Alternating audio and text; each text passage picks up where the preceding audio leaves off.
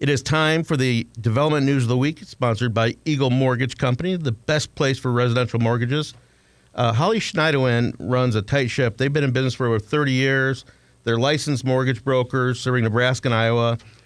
You can either go to 303 North 114th, that's 114th in Davenport, or go to eaglemortgagecompany.com to start your home buying adventure.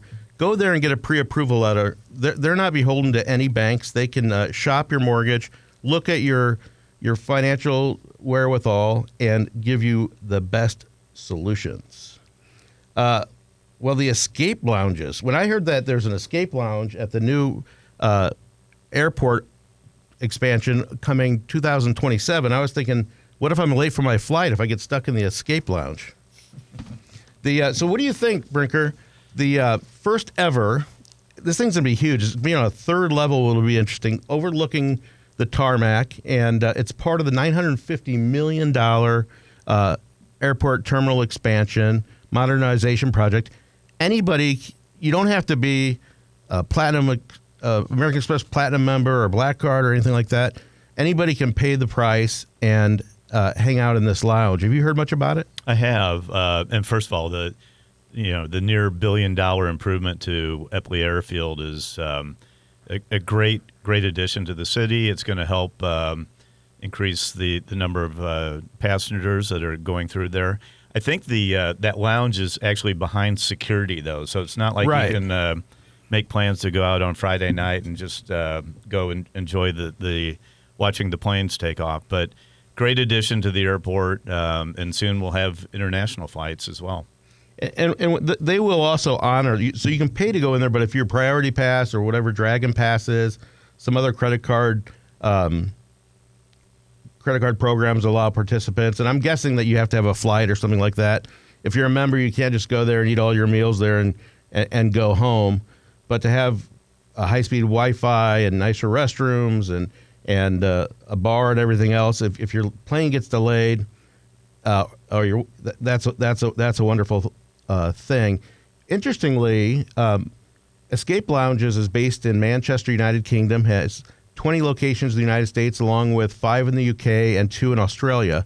The closest existing locations are in the airports in Kansas City, Minneapolis, Northwest Arkansas, and Tulsa, Oklahoma. So we're excited about that. You know what? I don't think we're going to get, as far as I know, and we've had the guys from the airport who do a wonderful job on the expansion and running our international airport.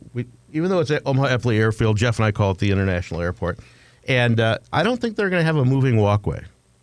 I was kind of bummed about that. You and I both travel quite a bit. Yeah. And when you're going across an airport, a busy airport, it's good to have a moving walkway. I think it's still going to be compact enough that you don't really need that. And look, we all want to get our steps in too, don't we? Absolutely. I've definitely get my steps in airports in my time.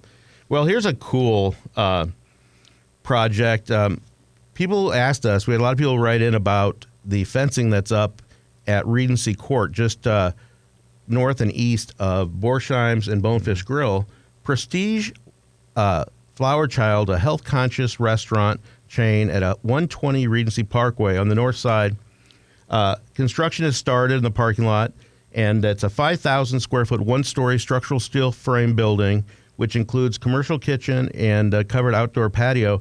I hope it's the same Flower Child. It's called Prestige Flower Child, but have you ever been to a Flower Child in Arizona or Scottsdale? I have not. No, I've seen the concept, but I've not actually been to one. Very light, big windows.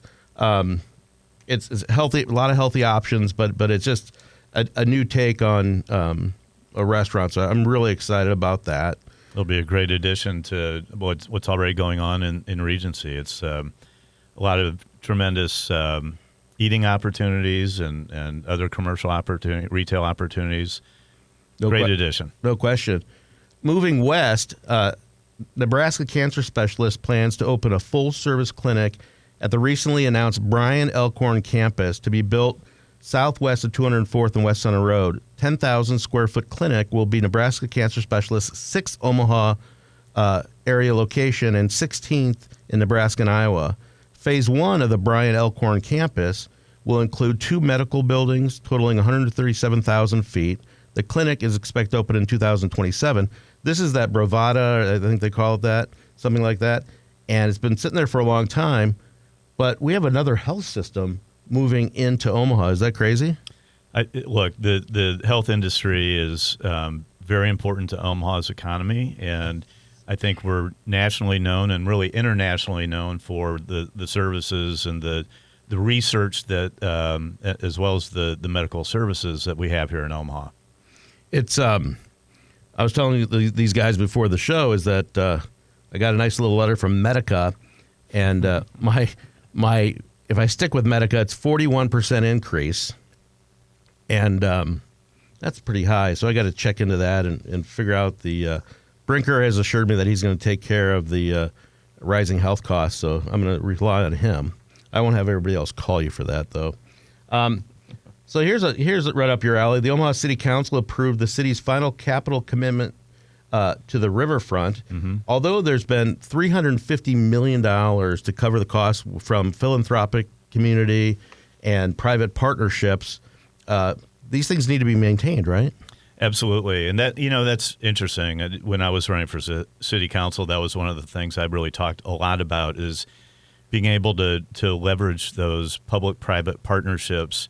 And really what we've been able to do in Omaha is in large part as a result of those relationships. But you have to make sure that those who are willing to invest in Omaha have to make sure that the city's going to be a good partner in that and maintain those assets. So you talked about the parks, the downtown riverfront parks, $350-400 million project. 300. I'll say it's over $400 million project. About $350 million of that comes from the private sector, the philanthropic community, and the city puts in about 50 or 60. And if we're able to make those kind of leverage those kind of investments, that's just to the benefit of Omaha. But we have such a tremendous philanthropic community that's willing to invest in Omaha. We'll do those all day long as I'm around. Isn't it kind of fun that when you were in the mayor's office, chief of staff and economic development with Mayor Hal Dobb, the convention center was built? Yeah, that was really when Hal was mayor of Omaha, and when I worked from him for basically from about 1995 to 2000. 20 hours a day. Just about.